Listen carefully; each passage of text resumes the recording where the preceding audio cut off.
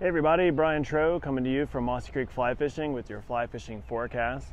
The date for today is Tuesday, the 26th of April. So hope everybody enjoyed this beautiful weekend. 88 degrees, I think it got up to at my house. So pretty awesome, especially after starting off last week with really nasty snow and ice and really cold temperatures. So we're going to be riding a little bit of a roller coaster still again this week. We're not totally out of the woods. So it looks like it's going to be below freezing a couple days this week, or a couple evenings, I should say, which will really affect the bass and the bass spawn. So I'm going to start off with smallmouth. I got smallmouth on my mind. I just spent a couple days fishing with my brother for our birthday, so that was pretty awesome. But the smallmouth, a lot of people have a ton of questions about them this time of year. It's not easy to pin down exactly what they're doing.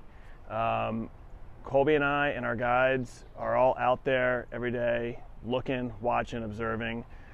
We want to be careful and cautious with the bass, make sure we're not interrupting anything.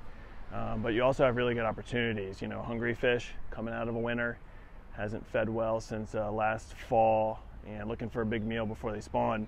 Great opportunity to catch one of the biggest smallmouth of your life. So the temperature wave is really what throws off the spawn. All right, so we've been out on the James and the Shenandoah both all over extensively. Had pretty good visibility because the water levels are really kind of getting quite good.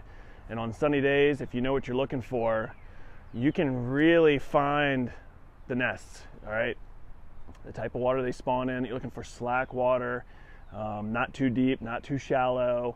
If a wave of water came flying in from a flood, it would still be protected. If we had a drought, it wouldn't become uncovered. These are the places that you're looking for in the river system where these bass are going to spawn. We found nests all over the place. So we have a pretty good feeling that these fish are out sweeping and starting to prepare for spawn. And then the cold water temperatures from the snow last week, the cold nights, the melt, shocked them a little bit and they got off their nest. So these fish need like 58-degree water temps steady to spawn, and unfortunately their eggs are really fragile. If it dips down and stays below like 54, 53 degrees, it can kill the egg. So they're very careful about when they actually get on their nests and spawn. And they do have the ability to spawn and hold some eggs back due to flood or cold water, but ideally what we want is for them to all get on their nests and have a good spawn. So where does that leave you as a fisherman? Pretty straightforward. They are not on their nests and spawning. We've only seen a couple of fish actually paired up, and those are on the James where the water is a little bit warmer. With it getting down to freezing the next couple of nights, we have a feeling that that's going to like slow them down even more. Okay, so you want to be fishing the water near those staging areas, the little riffles, the ledges, the drop-offs, the current that's close to those nests. If you see a nest and there's nobody on it, those fish are going to be staged up somewhere nearby in a feeding lie. And when I say nearby, I mean like maybe even 10 feet away or 30 feet away, and working some of your riffle water and stuff like that. They got to keep on eating. They got to put on the calories. The hens are producing egg. The males are going to be busy cleaning nests and then guarding nests, so they've got to eat. All right. So be on the lookout for that. I have a feeling these fish aren't going to spawn. It's not unusual some years where we just keep getting cold or high water to have fish like on their nests late May. We even see them early June. So we're going to do our best to kind of give you up to the date information so that you can go out and have fun and catch fish, but also be responsible and stay away from fish. Once they're paired up on those nests, you got to leave them alone, stay away from them, go trout fishing, go fish the riffles for, the immature smallmouth, the little guys. They're not spawning, they're just eating. Anyway, so we'll keep you up to date on that. A lot's going to change this week, minute to minute. So that's the smallmouth bite. We're still holding off on the musky.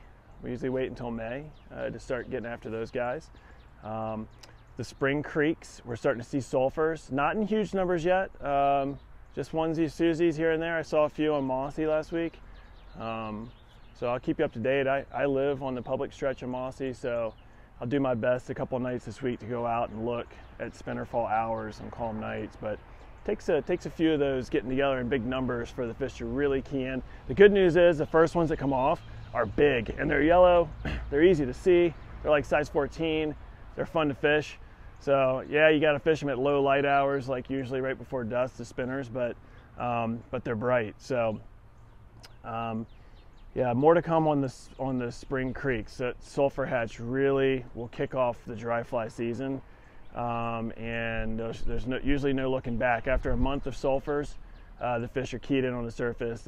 We'll roll that over into drakes and tricos and terrestrials and all the fun stuff everybody loves to fish. So still plan on fishing your spring creeks with some nymphs and streamers, but be looking for the riser for the random caddis or the random sulfur. All right.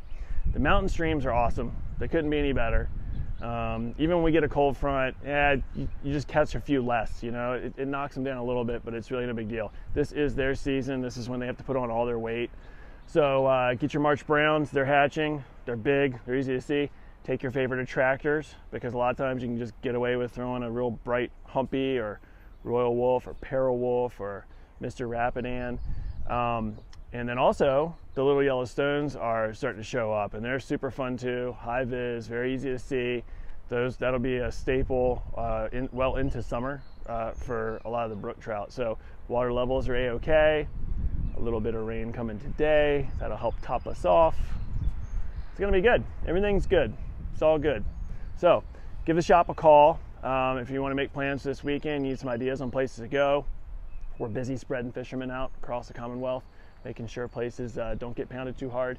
There's plenty of room for everybody, okay? Everybody doesn't need to go to the same 2 brook trout streams, all right? There's a lot of variety out there. If you've got some blue lines you want to chase, but you're not quite sure, we can help you.